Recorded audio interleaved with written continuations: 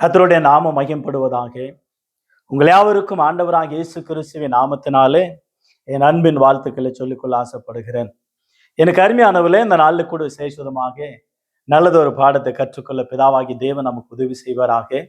உன்னிலுள்ள வெளிச்சம் இருளாகாதபடிக்கு எச்சரிக்கையா இரு. உன்னில் உள்ள வெளிச்சம் இருளாகாதபடிக்கு எச்சரிக்கையா இரு என்று பைபிள் நமக்கு அழகாக போதிக்கிறத பார்க்கிறோம். எனக்கு அருமையானவர்களே, வெளிச்சம் எல்லாரும் விரும்புகிறது வெளிச்சம். பிதாவாகி தேவன் 6 நாள் தன்னுடைய சிருஷ்டிப்பில அற்புதமாக தேவன் முதலாவது, இரண்டாவது, மூன்றாவது வெளிச்சத்தை உண்டாக்கி அது பிற்பாடு ஒவ்வொரு நாளாக சிருஷ்டியை உண்டாக்கினார். அதுக்கு பிற்பாடுதான் பகல ஆள சூரியனையும் இரவு ஆள சந்திரனையும் நட்சத்திரங்களையும் உருவாக்கினதை நாம் பார்க்கிறோம்.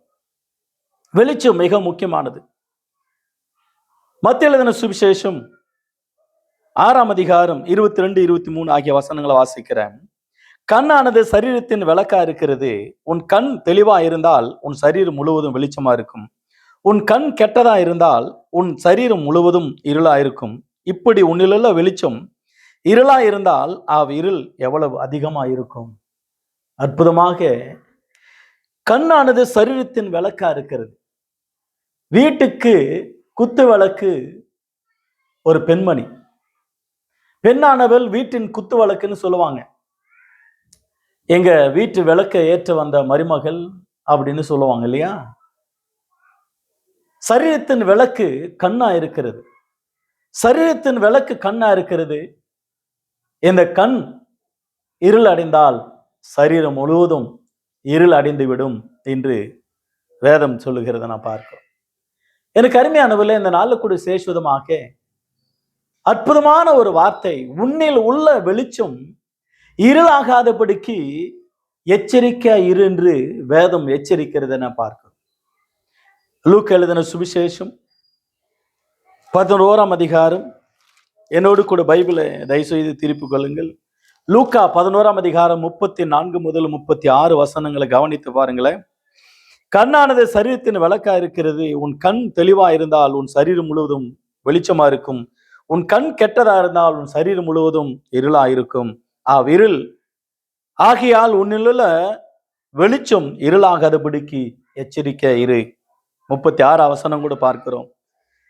உன் சரீரம் ஒரு புறத்திலும் இருள் அடைந்திராமல் முழுவதும் வெளிச்சமாயிருந்தால் ஒரு விளக்கு தான் பிரகாசத்தினாலே உனக்கு வெளிச்சம் கொடுக்கிறது போல உன் சரீரம் முழுவதும் வெளிச்சமா இருக்கும் என்றார். 35ஆம் வசனத்துல உன்னிலுள்ள வெளிச்சம் இருளாகாதபடிக்கு எச்சரிக்கை என்று வேதம் சொல்கிறத பார்க்கிறோம். எனக்கு அருமையானவர்களே, இரண்டும் அற்புதமான ஒரு பாடத்தை கற்றுக் கொடுக்கிறது. மத்திய எழுதின சுவிசேஷம், லூக்கா எழுதின சுவிசேஷம். மத்திய 5ஆம் அதிகாரம், 6ஆம் அதிகாரம், 7ஆம் அதிகாரத்தில் ஆண்டவர் மலப்பிரசங்கம் சொல்லுவாங்க. இயேசுவின் மலப்பிரசங்கம். அந்த மலப்பிரசங்கத்துல அநேக சம்பவங்களை சொன்னார் ஆண்டவர். மனிதன் எப்படி வாழ வேண்டும், எவ்வகை கெட்டு போகக்கூடாது, வகையில் அவன் நல்லவனா இருக்க வேண்டும், பரலோகத்துக்கு வருவதற்கு வேண்டிய அருமையான நீதி காரியங்களை கற்றுக் கொடுத்ததை நாம் பார்க்கிறோம் 3 அதிகாரங்களில். அவைகளில் ஒன்று உன்னிலுள்ள வெளிச்சம். ஆண்டவர் உன்னை வெளிச்சமாகவே வைத்திருக்கிறார். அந்த வெளிச்சம் இருளாகாதபடிக்கு நீ வெளிச்சமா இருக்க வேண்டும் என்று சொல்லப்படுது. காத்துக்கொள், எச்சரிக்கை இரு. கண்கள் இருக்கிறது, சந்தோஷப்படுகிறோம். கண்கள் இருக்கிறது, பார்க்கிறோம். கண் இல்லாதவர்களை கொஞ்சம் யோசித்து பாருங்க. என் வாழ்க்கை மலராதா, எனக்கு வெளிச்சம் கிடைக்காதா, ஏன் இப்படி நான் பிறந்தேன், ஏன் என்னுடைய நிலைமை என்று சொல்லி வருத்தப்படுகிற ஜனங்களை பார்க்கிறோம். ஆனால் கண்கள் இருந்தும் காணாதவளை போல இருள் அடைந்தவர்களாக இருக்கிற கொஞ்சம் பேரை நான் பார்க்கிறோம். நீங்க எப்படி இருக்கிறீங்க? இயேசு சொன்னார், ஏசாயா தீர்க்கதரிசியின் புஸ்தகத்தையும் இயேசு கிறிஸ்து சொன்னார், கண்கள் இருந்தும் நீங்கள் காணாது இருக்கிறீர்கள், காதுகள் இருந்து நீங்கள் கேளாது இருக்கிறீர்கள், வாய்களிலிருந்து நீங்கள் பேசாத இருக்கிறீர்கள். மந்த இருதயம், மந்த காது, மந்த கண்கள் உடையவர்கள், கண்களின் கொழுப்பு உங்களை மறைக்கிறது என்று ஆண்டவர் கடிந்து கொண்டு புத்தி சொல்லி இருக்கிறது நான் பார்க்கிறோம் இல்லைங்களா? ஆகவே வெளிச்சம் எப்படி இருளாகும்? இருள் வெளிச்சமாகுமே தவிர, வீட்டுக்கு வெளிச்சம் மனைவியா இருக்கலாம், சரீரத்துக்கு வெளிச்சம் கண்களா இருக்கிறது. நீங்க கொஞ்ச நேரம் கண்ணை மூடி பாருங்களேன், எப்படி இருக்கும் உங்களுக்கு? இருண்ட போன ஒரு உலகம். இருள் என்றால் உலகம் அல்லது பாவம் அல்லது சாத்தான், ஆவிக்குரிய குருட்டாட்டம், இவைகளெல்லாம் எவ்வளவு சொல்லலாம். ஒரு காலத்துல நாம் இருள் இருந்தோம்.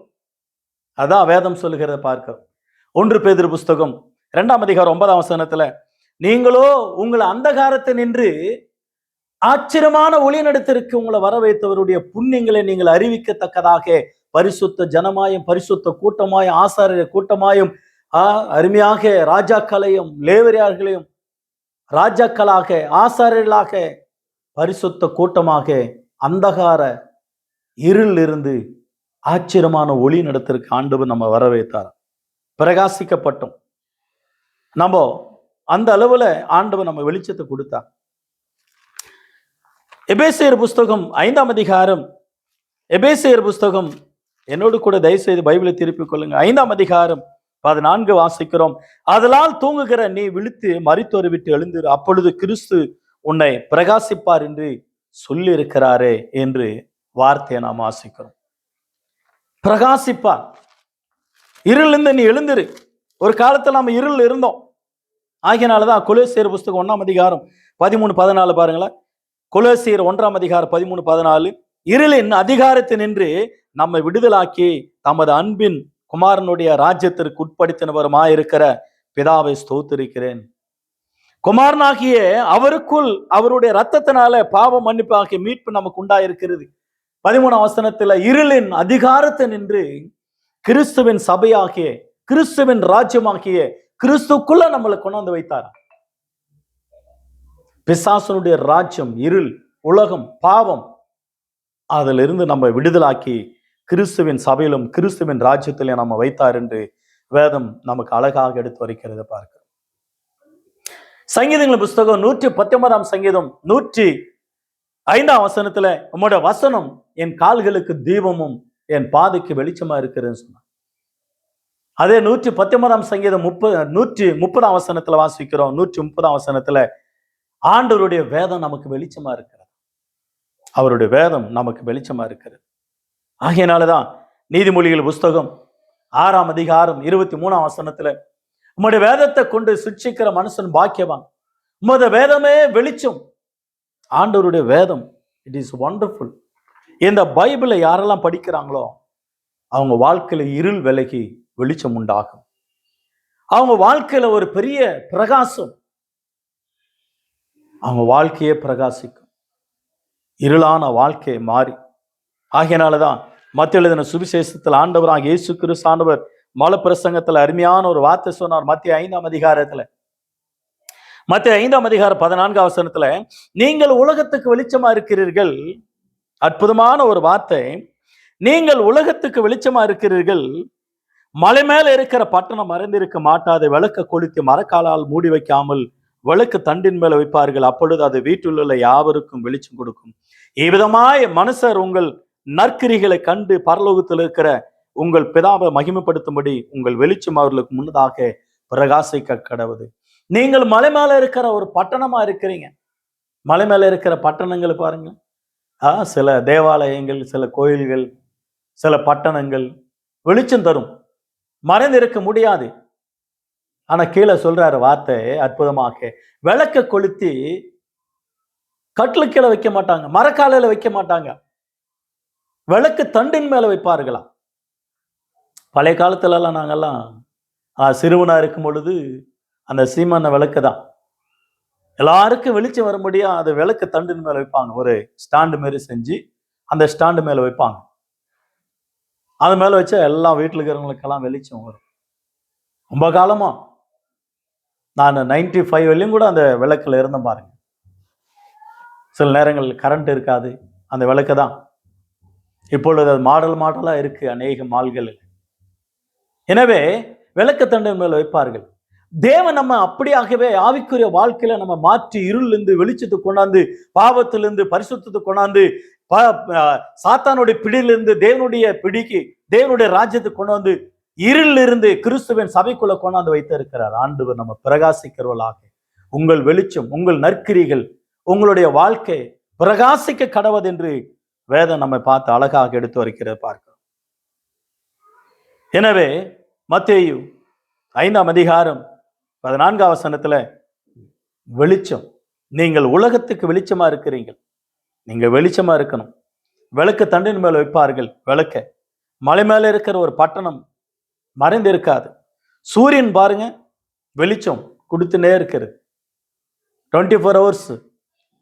இந்தியாவில் பகலுன்னா அமெரிக்காவில் இரவுலையும் பகலாகவே காணப்படும். எனவே வெளிச்சத்தின் தேவனா இருக்கிற நம்முடைய ஆண்டவர். லூக்கா எழுதின சுவிசேஷம், லூக்காவின் புஸ்தகம் 8ஆம் அதிகாரம் 16ஆம் வசனத்தை கவனிங்க. 8:16. ஒருவனும் விளக்க கொளுத்தி அதை ஒரு மரக்காலில ஒரு பாத்திரத்துல மூட மாட்டான், கட்டிலின் கீழே வைக்கவும் மாட்டான். உள்ள வருகிறவர்களுக்கு அதன் வெளிச்சம் காணும்படி அதை விளக்கு தண்டின் மேலே வைப்பான். அற்புதமான ஒரு வார்த்தை பாருங்க. ஆகவே எனக்கு அருமையான கர்த்தருடைய பிள்ளை, நம்முடைய வாழ்க்கையில லூக்கா 11ஆம் அதிகாரம் 33 கூட வாசிக்கிறோம். விளக்கு தண்டின் மேல வைப்பார்களாம்.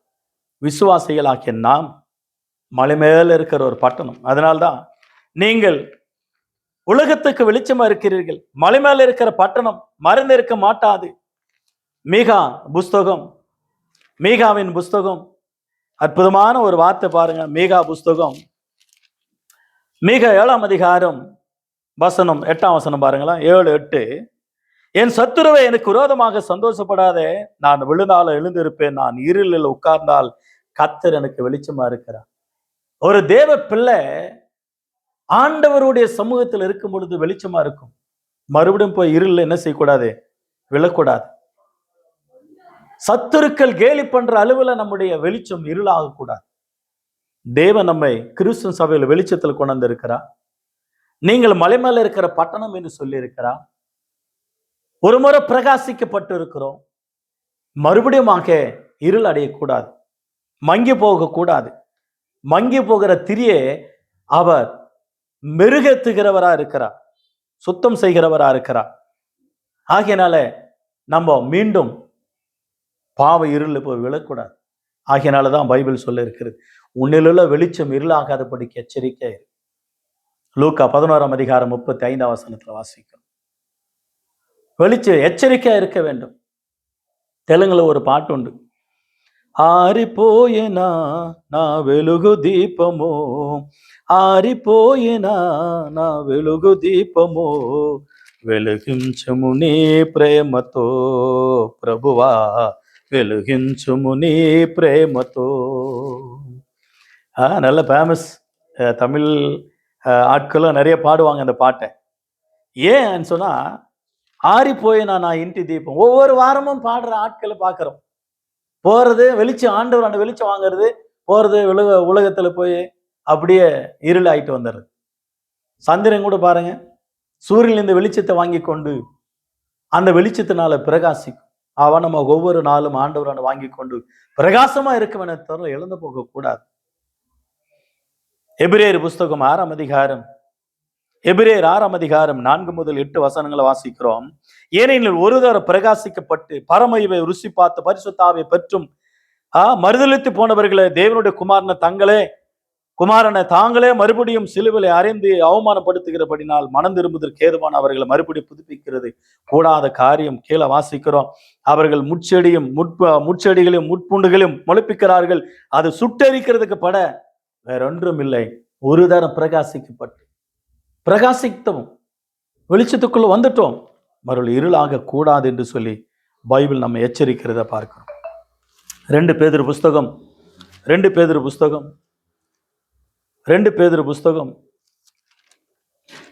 பேதுரு 1ஆம் அதிகாரம் 2 பேதுரு 2ஆம் அதிகாரம் 2 பேதுரு 2ஆம் அதிகாரம் வசனம் 19ஆம் வசனத்தை கவனித்து பாருங்க.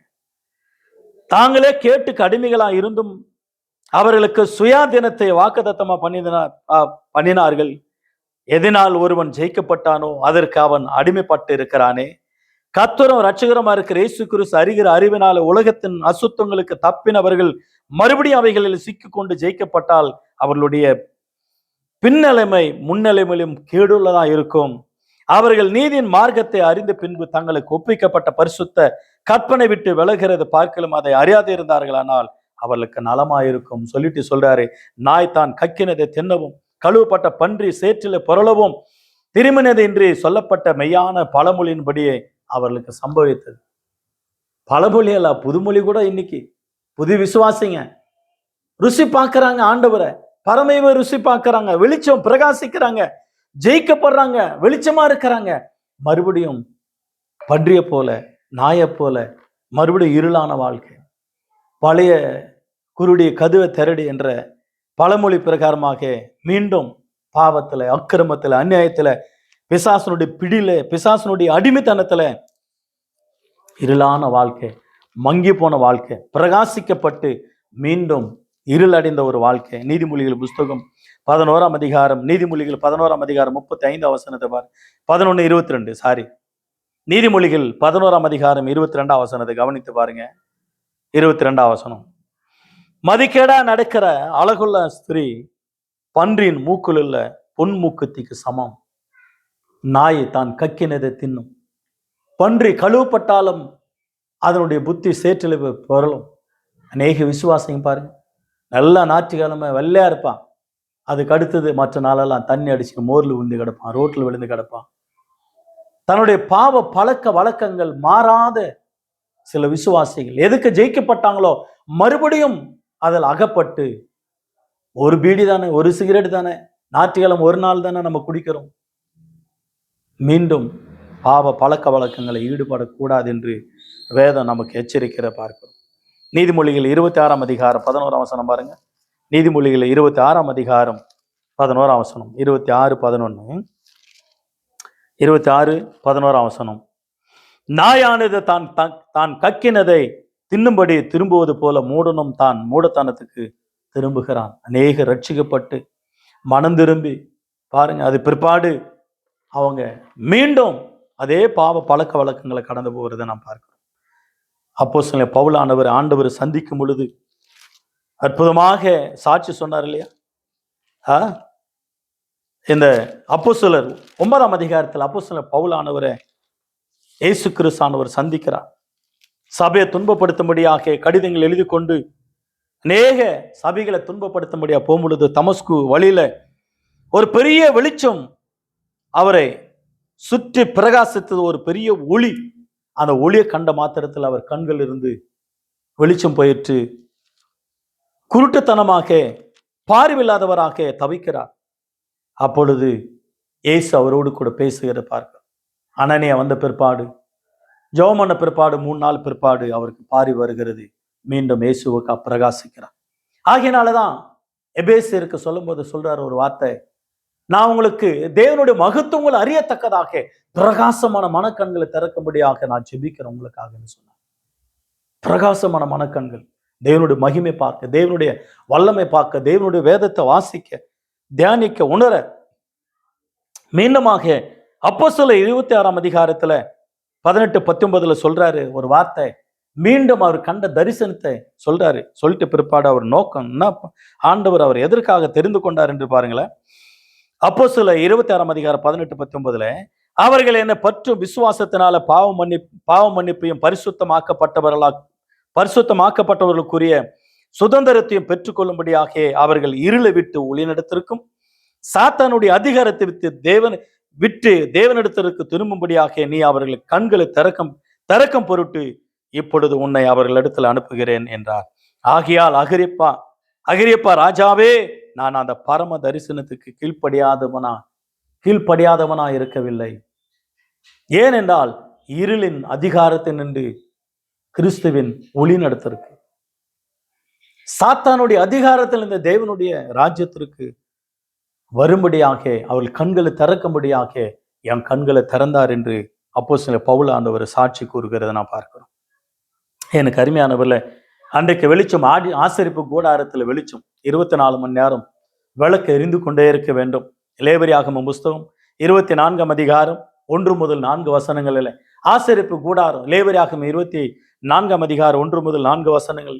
லேவியராகமம், யாத்திராகமம், எண்ணாகமம், உபாகம் இவைகள் எல்லாம் ஆசரிப்பு கூடாரத்தை நாம் பார்க்கும் பொழுது, ஆசரிப்பு கூடாரத்துல குத்து வழக்கு 7 அகல்கள் எரிந்து கொண்டே இருக்க வேண்டும். வெளிப்படுத்தின விசேஷம் 1ஆம் அதிகாரம் 19-20 வாசிக்கிறோம். வெளிப்படுத்தின விசேஷம் 1ஆம் அதிகாரம் 19-20 7 பொன் குத்து வழக்கு மத்தியில உலாவி கொண்டிருக்கிறவர், 7 நட்சத்திரங்களை கையில் ஏந்தி கொண்டிருக்கிறவர். அற்புதமான ஒரு வார்த்தை சொல்லப்படுது. எப்பொழுதுமே ஆண்டவருடைய இடத்துல பிரகாசிக்கிற ஒரு விளக்காக. யோவான் 5ஆம் அதிகாரம் 35 வசனத்துல யோவானை குறித்து சொல்லப்படுகிறது. அவன் எளிமை பிரகாசிக்கிற விளக்கா இருந்தான்.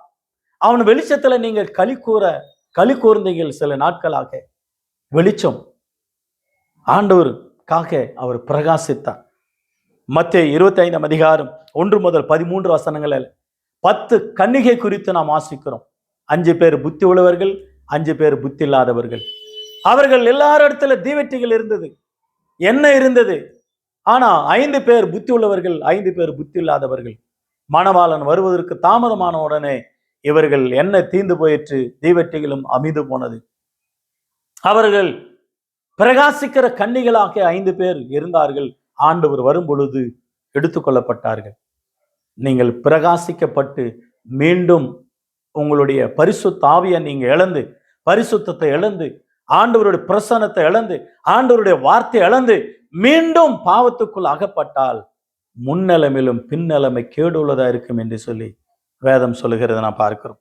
எனக்கு அருமையானவர்களே, சங்கீதங்களின் புஸ்தகம் 119ஆம் சங்கீதம் 105ஆம் வசனத்தில் வாசித்தமில்ல, ஆண்டவருடைய வசனம், ஆண்டவருடைய வேதமே நமக்கு வெளிச்சமா இருக்கிறது. அதே சங்கீதம் 9ஆம் வசனத்துல கூட வாசிக்கிறோம். 119:9 வாலிபன் தன்னை எதனால காத்துக்கொள்ளும்? உங்களுடைய வசனத்தினால தானே. 18ஆம் வசனத்துல ஆண்டவரே என் கண்களை திறந்தரணும், என் கண்கள் திறக்கப்பட வேண்டும். ஏசாயா புஸ்தகம் 9ஆம் அதிகாரம் 20ஆம் வசனத்துல வாசிக்கிறோம். வேத வசனத்தை கவனித்தால் நமக்கு வெளிச்சம் உண்டாகும். வேத வசனத்தை கவனித்தால் வெளிச்சம் உண்டாகும். ஏசாயா புஸ்தகம் 2ஆம் அதிகாரம் 3, 4, 5 ஆகிய வசனங்களை வாசிக்கிறோம்.